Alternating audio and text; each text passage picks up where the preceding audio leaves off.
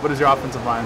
What have you guys been doing that's been just so effective in the last 2 weeks? I mean, we've just been sticking to our process since, the beginning of, I'd say, April. I mean, we just stick to our technique and our fundamentals and everything, and we just know that, like, if we stay on that and keep on that throughout the whole entire season, it's going to eventually work out. And, I mean, like you said, we had back-to-back 300-yard games. That's awesome, but, hey, we still got more games to play, so. Do you guys realize, like, how impressive it is that you guys, A, can go back-to-back to 300-yard games, and B, do this with a constantly rotating line either due to subs or just injuries in general? I mean, yeah, it's pretty impressive. I think that it's kind of, I think that's kind of awesome that we're able to do all that. But I mean, Coach Mirabal always tells us in the locker room, and in the meeting rooms, next man up. So if you're not able to go, then whoever's up next got to be ready to go and be able to help the whole line get to work on game days. So yeah, like I said, that's awesome. But we still got a lot more work to do, and I feel like we could do a lot better than that. So just got to keep on grinding. So a lot of you guys talk about the next man up mentality. There's been a lot of injuries this year, more than I've ever seen personally. But is there ever a moment where the next man up seems like, oh, shoot, we have to deal with all of this? I mean, no, because I have faith in all my brothers that if one of us goes down, the next dude behind him, whoever that is going to be able to get the job done. And plus, when you're playing at O-line, we say 5 is 1. So we know that if a new guy who has to come in and play has to go in there, we know it's going to be a little iffy for him, but of course we're going to be working with him because 5 is 1. So we're going to make sure he's on the right page, whoever it is that's going in, and making sure that they're getting their blocks done too. So looking at this game coming up on Saturday, it's probably the second biggest game of the season for you guys. What's the mentality of the locker room and your offensive line, especially going against Utah's front? I mean, we've just been saying it all week. We want to win this game. It starts up front. It starts in between both B gaps. So we've just been doing what we've been doing this whole entire season, sticking to our process, knowing that whoever the opponent is going to line up and they're going to give their best. So, I mean, it's just another challenge, another day to get after it. And, I mean, we're all excited, but ready to go 1-0. What have you specifically seen from this Utah front? I know, like, you were on the team in 2019. It was Utah in the championship game. That's obviously 2 years different from now. Oh yeah. I mean, any similarities there, or is it just a whole another unit? You can't really take anything off. Just like them. I mean, just like us. They base their whole team off physicality up front in the trenches too. So, I mean, for the last few years, they've always been a good up front 7, and they got a good D ends. Both D tackles are really good, and they both have really good linebackers too. So, I mean, like I said before, it's just another week another challenge that we're ready to face and just get after them. I mean, yeah. That's about it. You mentioned it, but both Utah and Oregon like to go off of physicality. In practices, does it help going against a team, your own team, that's physical and tough and strong, and going into a game like Utah?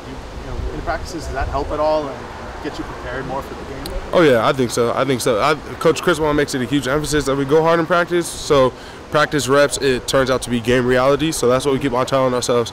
So that's why every week we've done block destruction, we've done indie run, and getting after each other, not just letting up on each other, because we know that if we ease up throughout the Tuesday or Wednesday practice, we're going to ease up on Saturday. So we know that we got to, butt heads and just get our feet in the ground and just grind throughout the week. So on Saturdays, it eventually might even be easier than what it was during practice throughout the week. So, kind of switching gears, but what have you seen from Byron Cardwell? From Byron Cardwell. Oh yeah. Just his patience behind the line and his run against Washington, and obviously he's Colorado, and last week against Washington State. Yes, what have you seen from him? I mean, he's a great running back. Obviously, you guys seen that he knows how to run the rock, and also he knows the offensive line protection and a blocking scheme really well too. So like he lets us all get our blocks formulated, and then he'll try to hit that gap. I mean, Byron, he's a great dude, and he's only a freshman, so I'm excited to see more of him. That's my boy right there. But I know that when he's back there, we're gonna get some yards with him. So. Have you played with the running back who kind of has the patience of Cardwell? Just because there were moments against Washington State where he really held behind the line and waited for you guys to make your blocks and then exploded through the hole. Has there been someone that you played with or he reminds you of in general? Me personally, I don't think I have. Maybe I would say Travis Dye too. I mean, sometimes he can be pretty patient back there too. But no, I don't think I've really played a running back who, I mean, he really knows what the offensive line is doing, and it's going to take some time to really get our blocks into it. So I know that his patience is really paying off, and obviously it did last weekend. So I think this week we'll be good to go as well with Byron. So. I'm sure.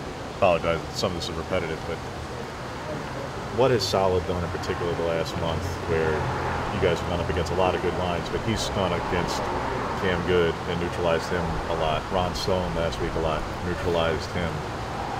All you guys don't get nearly enough glory, yourself included, but he has taken on some of the best in this league, and he's going to again, and him and TJ both. But how important to what you do next to him is knowing that he's able to handle that. And when you have to help him, you help him with chip and stuff, but what he's doing, how important is that to the execution and the performance you guys have had? I think it's very important. I mean, of course, off the edges, it's very important to make sure you lock down the edges, whoever those edge rushers are.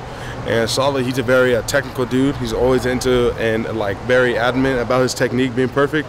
So I think with that, and as well as his patience whenever he's, especially in pass pro, those two combine together. I mean, Solid's been doing his job all year, and I love playing next to him. I mean, it's easy communication, especially when we got run plays. I know me and Solid, whoever we're about to block, is about to get it. So I mean, it's awesome. I love working with Solid. He's a great dude, and just I think he's just going to keep on going, keep on rolling throughout the season. Is there a linebacker you've played that compares to Devin Lloyd at all? I mean, we got Noah Sewell, so he's a great athlete as well. But no, hats off to him for sure. Both of those linebackers over there are some really skilled players, and they can get around blocks. They're very elusive. So I mean, it's another challenge this week. I'm ready to get after them, see what we can do. So. Does this game mean something to you in particular, just because you were one of the few guys, particularly on this line, who played there, and that didn't end so hot for you?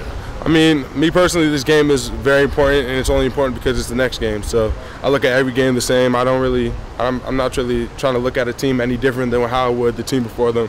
So, I mean, it's just another challenge. I'm ready to get after them and see what best we can do on the offensive line, especially the offense, too. You say anything to the guys who weren't? I mean, Alex was here and Walk was here, but like TJ and Solid who weren't back in 18 when you were, about what the environment is, and it's even going to be a little different compared to when you were. Like the south end zone is all new now. And really? Loud. Yes. Yeah, so okay. So, but able to pass on, like, yeah, it's cold, and yeah, they're really close to you. Yeah. They're loud and all those things that you experienced 2 years ago. Yeah, I mean, there's going to be all those factors going into the game, but at the end of the day, you still got to put your hand in the ground and got to do your assignment. So we've been talking about it in the O-line room all week. These dudes up front are big, physical, and probably the best D-line we're going to go against this whole entire season. So, I mean, I sound like a broken record, but it's another challenge, and I'm just excited to get after them and see what they're ready to bring. But it's another week to go 1-0, and we're just striving for that. So.